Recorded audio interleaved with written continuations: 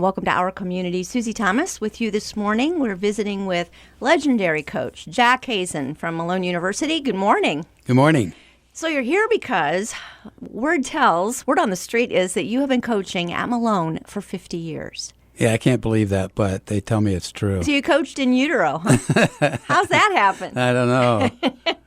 So, yeah, you must have been very, very young when you started there, Jack. Tell us about that. Yeah, I was 13. No. Yeah, it makes more sense, yeah. So that beginning, how did that happen? Well, it's interesting how the Lord works. I ended up going to a college I didn't want to go to. My mother made me go to Asbury College. They didn't have an athletic program. I wasn't pleased about that. I ended up coaching a sport that I had no interest in coaching. I ended up staying at a school that I had no interest in staying at so long. So it just shows you how the Lord has a plan for you, and it just if you hang in there, it all works out for the best. I had no intentions of staying one place for that long. Yeah. In coaching, I wanted to move on and move bigger and better, and I got really grounded at Malone, and that just happened. Those opportunities came your way. I know you've been offered bigger and better at other places. What did make you stay at Malone all these years? Well, I think I just felt a real niche there, and to work for, after it's all said and done, having spent some time with a university that their motto is Christ's kingdom first.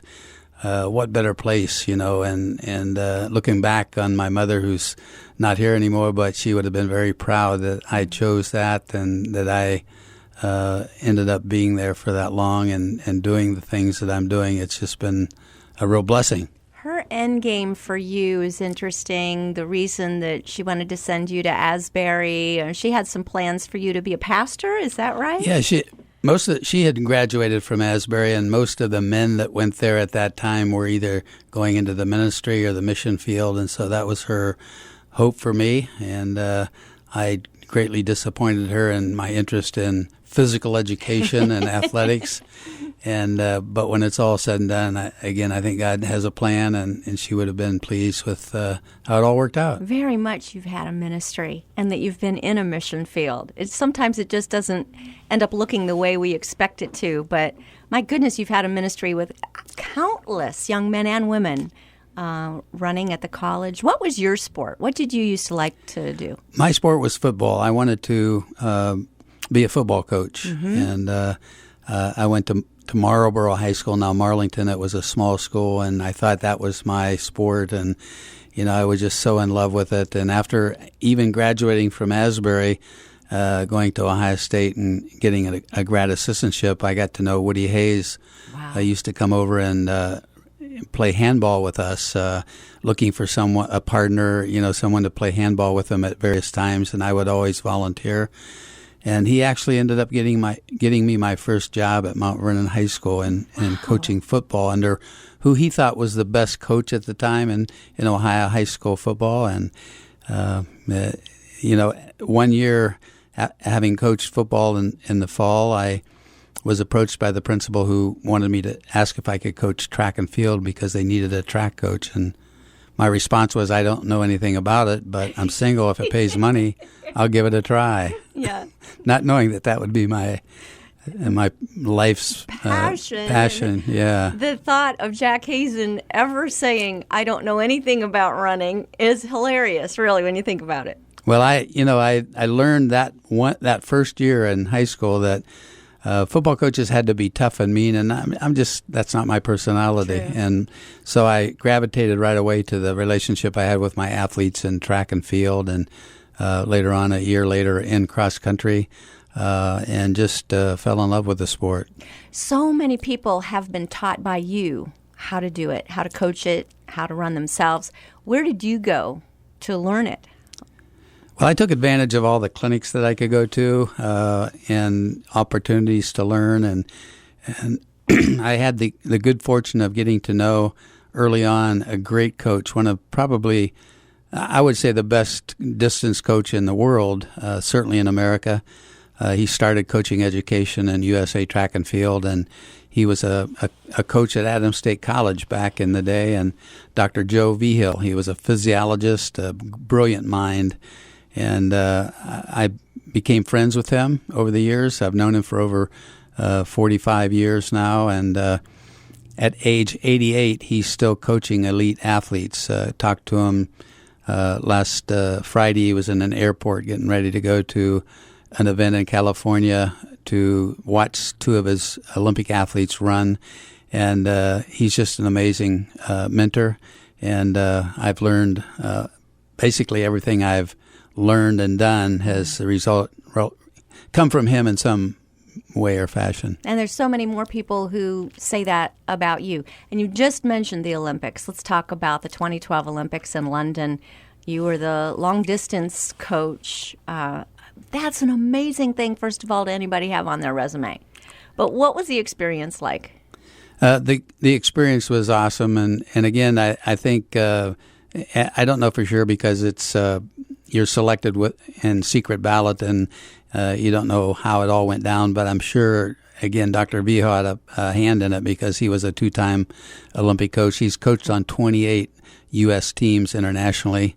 Wow. And so, but just to be there and experience the Olympic Games from that perspective, I had, in Atlanta in 96, I had worked in the stadium as a competition management personnel, helping put on the Olympics, and so it was great to be on the other side and be a coach and experience all that goes with that.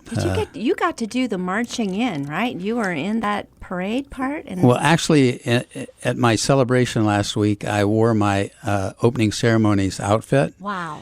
And I explained to the people why I wore it to that event, because in Atlanta, in Olympic Stadium, track and field is always in competition with another organization, the ceremonies. And we're always fighting for more time, more space, more budget, and it was just a constant back and forth struggle. They ruined the grass for the Olympic trials. We had to go out with spray cans and paint the grass green that had turned brown. Oh my gosh. And then before the Olympics, they put down a tarp to do their practicing, and it was a breathable tarp that wouldn't damage the grass. Everything was dead when they took it up. No. And they had to resod the whole stadium a week before the opening ceremonies, but before our track events. And that's not dangerous for the athletes at all? They're okay with that? It was more of a television thing, to look good. Yeah. But when they took it up from the opening ceremonies, it had just killed everything. So in a matter of 4 days, they had to go in and resod everything. So anyway, back to London, I was fitted with this magnificent opening ceremonies outfit, Ralph Lauren, and tailored to my specifications, and it was delivered to my room in the Village. And the day before we were to march, the ceremonies organization of London Olympic Stadium convinced the organizing committee that they didn't have enough room, and so they asked that the coaches, only the athletes march and not the coaches. So my wife, Jill, she told me I had to wear it tonight because she said, this is kind of like a wedding dress. You only wear it one time, and you haven't worn it yet, so wear it. And my goodness. Well, that just stinks, doesn't it? Yeah. And I'm sure she was ready to record it and everything. That's right. Yeah, and she was looking for me the whole time. I got to do closing ceremonies. I was going to say, I saw you on the closing ceremonies. Yeah, right. Okay. Wow. So just the athlete. So tell me, how do they have enough room for you guys in closing ceremonies, but not enough in opening ceremonies? Well, did they grow it? I didn't see opening ceremonies. I refused to watch it, so I don't know if they had some big apparatus or what they had. But there is always the hoopla. So it was. Anyway, glad you got to wear it. That's right. That's very cool. You also worked with some of talk about elite athletes. Talk about some of the runners that you got to work with. Yeah, I guess the most impressive thing, or to me, was to be walking around. We went to Birmingham for training camp about 3 weeks before the Olympics, and so I was around these elite American record holder athletes.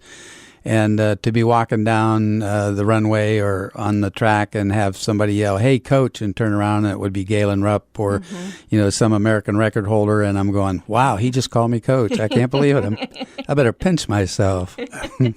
Oh, that just had to be so much fun. Just a dream come true, yes? Yes, it definitely was. And, in hindsight, and I knew going in that I wasn't truly their coach. I was called the distance coach for the American team in the 2012 Olympics, but these guys all had their own coaches privately. They all had agents, and I was more of a coordinator than a coach, but it was still fun to be called coach and help them with some of their workouts that their coaches told us what to do. Absolutely.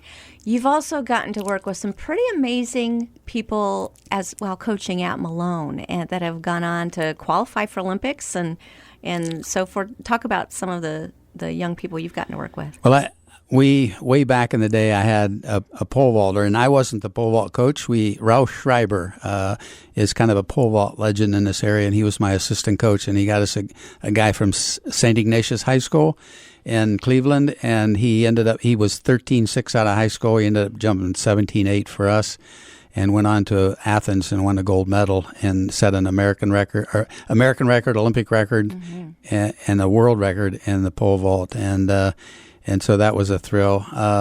And more recently, I've had a lot of distance runners who have progressed to the Olympic trials and qualified for the Olympic trials. And the latest being Sarah Pilatus, who was from North Canton High School, and Tony Migliozzi, who, I introduced Tony at our gathering as our most famous distance runner, two-time world champion, and he broke the world record in the indoor marathon, which is pretty phenomenal. But yeah, it's been great. And then of course, I had the whole 1972 national championship team back. They were the first team to win, the first team that had an All-American for us, and our first national championship team in cross country. And they were all back, all 7 of them, and coming from New Jersey and Illinois and Rhode Island, and the sad thing for me, I guess, or scary thing for me, is they're all retired, and I'm still working.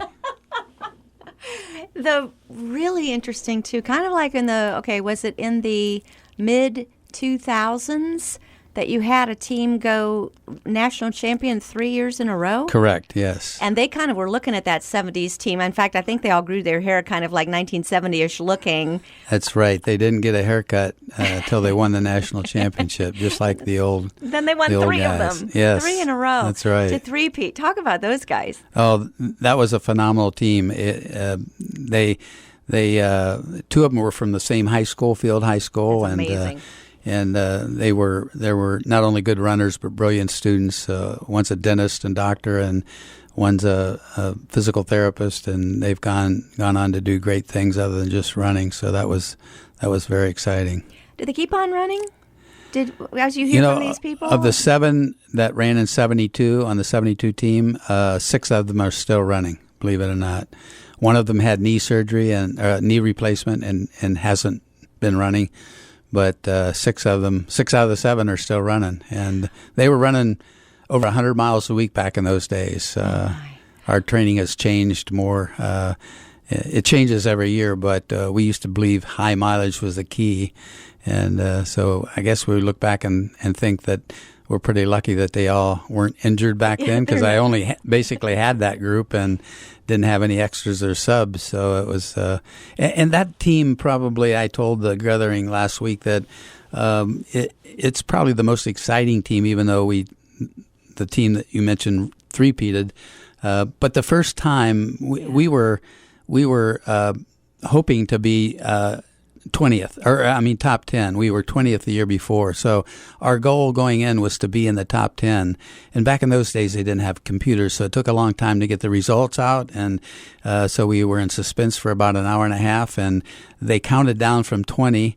And when they got down to 11 and then 10, we go, yes, we got in the top 10. But then when they got down to 6, 5, 4, we go, oh, we must have been in the 20s again. Below it, okay. And then when they said, in number 1, Malone College, everybody just, that will never be duplicated for any of us. I don't think. That was so exciting. So cool. We're visiting with Coach Jack Hazen from Malone University, celebrating 50 years. No plans to retire, right? That's right. Okay, good. We're going to take a short break here, though, and we'll be back after these words. You're listening to Our Community.